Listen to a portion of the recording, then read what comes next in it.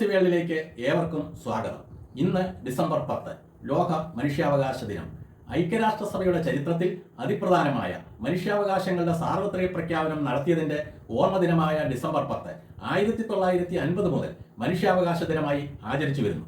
വംശം, നിറം, മതം, ലിംഗഭേദം, ഭാഷ, രാഷ്ട്രീയം, ദേശീയത, സ്വത്ത്, ജനനം, പദവികൾ എന്നിവ പരിഗണിക്കാതെ ഒരു മനുഷ്യൻ എന്ന നിലയിൽ ലോകത്തിൽ എല്ലാവർക്കും അർഹമായ അവകാശങ്ങളുണ്ടെന്ന് യൂണിവേഴ്സൽ ഡിക്ലറേഷൻ ഓഫ് ഹ്യൂമൻ റൈറ്റ്സിലൂടെ ഐക്യരാഷ്ട്രസഭ 1948 ഡിസംബർ 10 ലോകത്തോട് പറഞ്ഞു.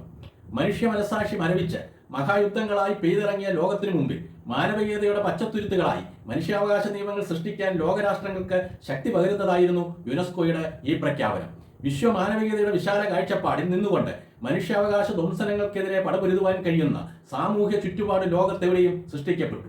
1993 സെപ്റ്റംബർ 28 മനുഷ്യാവകാശ സംരക്ഷണ ഓർഡിനൻസ് പ്രകാരം ജസ്റ്റിസ് രംഗനാഥ മിശ്ര ചെയർമാനായി 1993 ഒക്ടോബർ 12 ഇന്ത്യയിൽ മനുഷ്യാവകാശ കമ്മീഷൻ നിലവിൽ വന്നു.